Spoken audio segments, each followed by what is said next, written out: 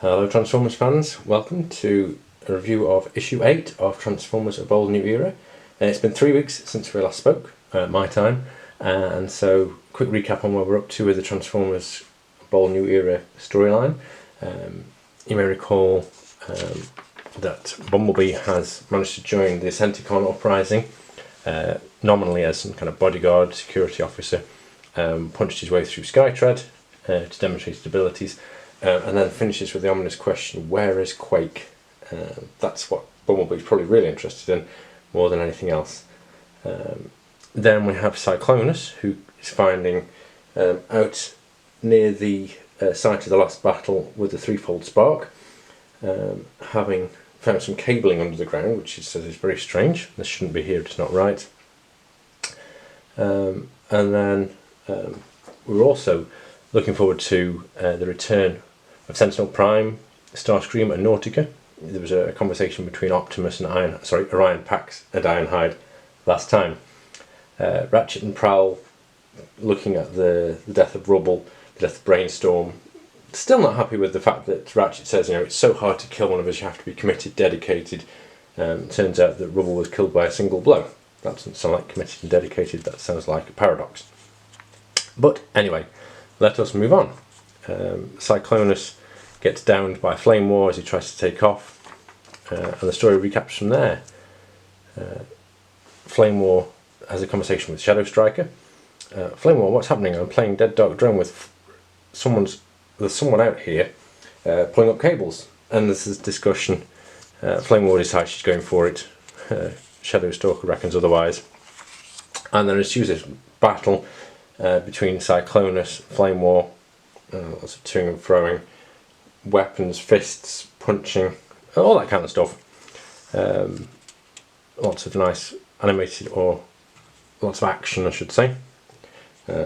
Crack, crunk, gap, and all that kind of phrasing going on. It extends actually over 3 or 4 pages. In contrast to all the inactivity we've had recently, it's like they've taken the action from the last 7 issues and brought it into this one. We see Cyclonus completely hammer Flamewar, stay down. Flamewar thinks otherwise. Cyclonus reinforces his point. And then Cyclonus' ghosts, his companions, whatever you want to call them. Isn't that Shadow Striker? Forecast's ugly, especially since he said he was never going to kill any. And Cyclonus grabs his gun, starts firing at Shadow Stalker with all the accuracy and ability of a Decepticon from G1, missing by miles. Shadow Stalker shooting back, also missing. So we see old Rex still got a trick or two in storage. This from Shadow Striker, who I've never met before.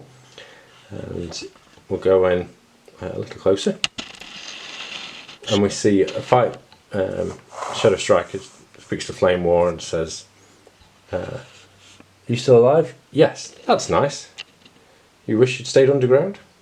He was pulling up the comms hard cable. What was I supposed to do? Huh. Just hush, just let me.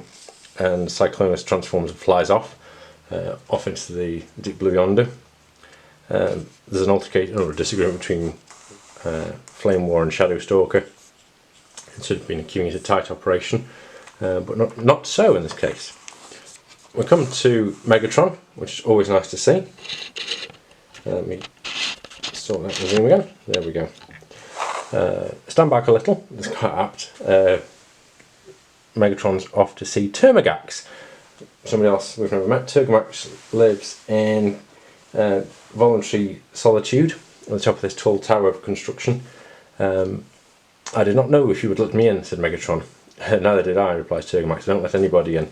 And Termagax, comes across self-absorbed, lives by herself, stays out of everyone's way, finds the outside world very boring, and there's a lovely little discussion that goes back to one of the earlier issues. Megatron comes in and says, "Did you hear about one of our rallies was attacked?" And Termagax replies, "One of your rallies? I had not heard, and I do not care. One of my great comforts now is that I only get to choose what I do. Not only that, but what I care about." And Megatron's attempting to draw her to his cause. Says, I'd like to use my own concerns about your safety, if you prefer it that way. It's becoming dangerous and tense out there. Yes, out there. And so the discussion goes on between the two of them. And you get this lovely conclusion. Let me just move this across, sorry. Megatron leaves without getting what he wants, but actually, he's being Megatron, fantastically written. Soundwave, she is as stubborn and uninterested as ever. No chance of her stirring from her self-exile, so we are safe for now. There will be no interference from her.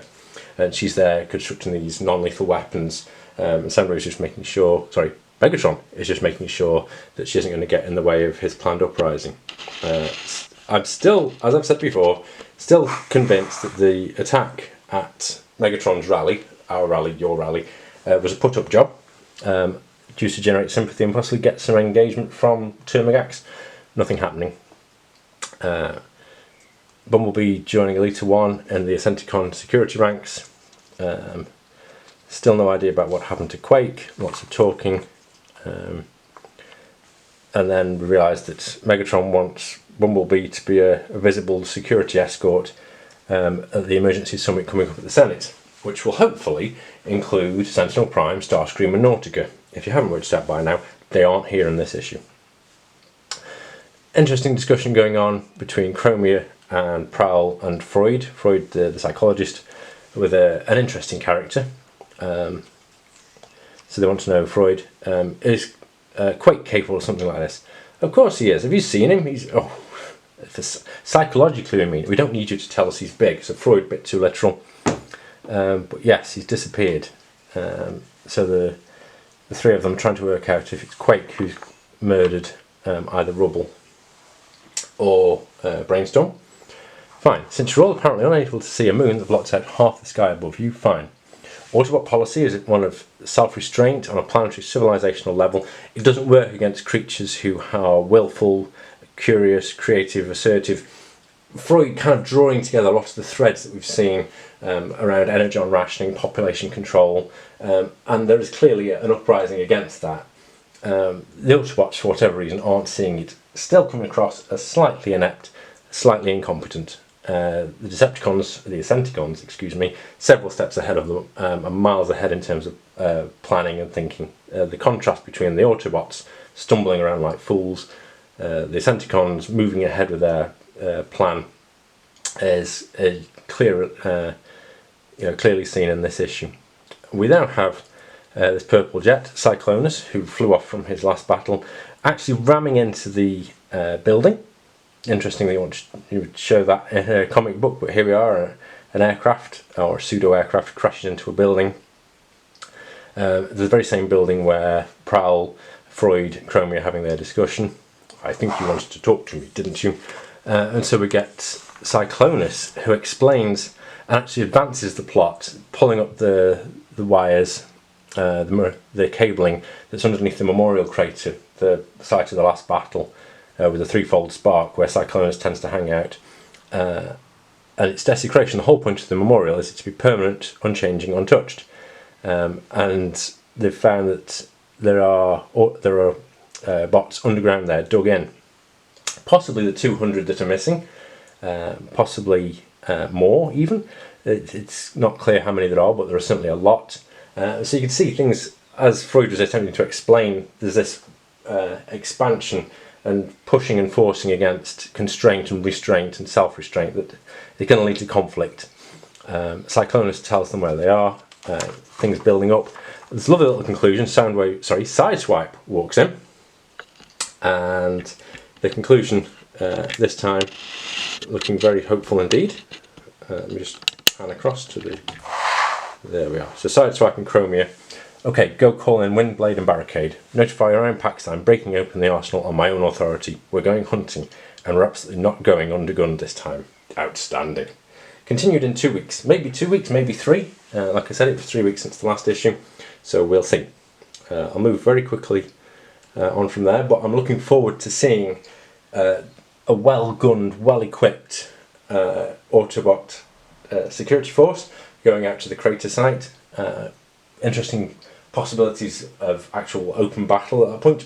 Unlikely at this early in the plot and the long-standing strategy I can't see the war breaking out just yet, but there should at least be some action rather than walking and talking, sitting and thinking. So it should be a good issue next week. Hopefully we will see the return of Sentinel Prime, Starscream and various others as well. So it's looking quite hopeful, and we'll see in the next issue.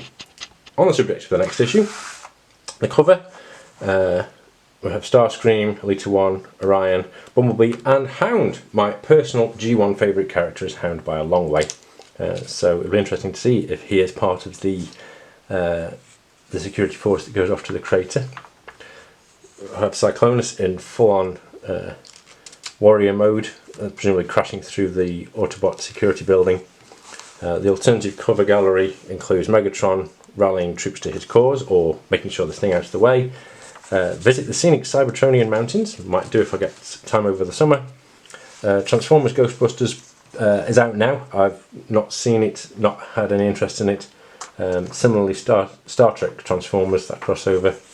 GoBots, I might mention this in a future video, but I didn't like the art style for the GoBots, and never really interested in them enough to warrant buying a comic book and having a look. The Transformers War for Cybertron cards, Siege Wave 3 out now, and then the review on the back. Brings me neatly to Transformers Wave 1. This issue also included a free booster pack for Wave 1. I was expecting Wave 2 based on what I'd read on the Facebook groups, but here we have Wave 1. I've got quite a few of the characters now, very excited to see what I pick up this time. Probably one I already have. Yes, Flamewar. Have Flamewar, which is one of the strongest characters from Wave 1, being only a 5-star character. Play with her in the decks quite frequently. And then the battle cards, Datapad, I have my full setup already. Piercing Blaster, a good one. Primary Laser, Medic, Matrix of Leadership, that's a rare.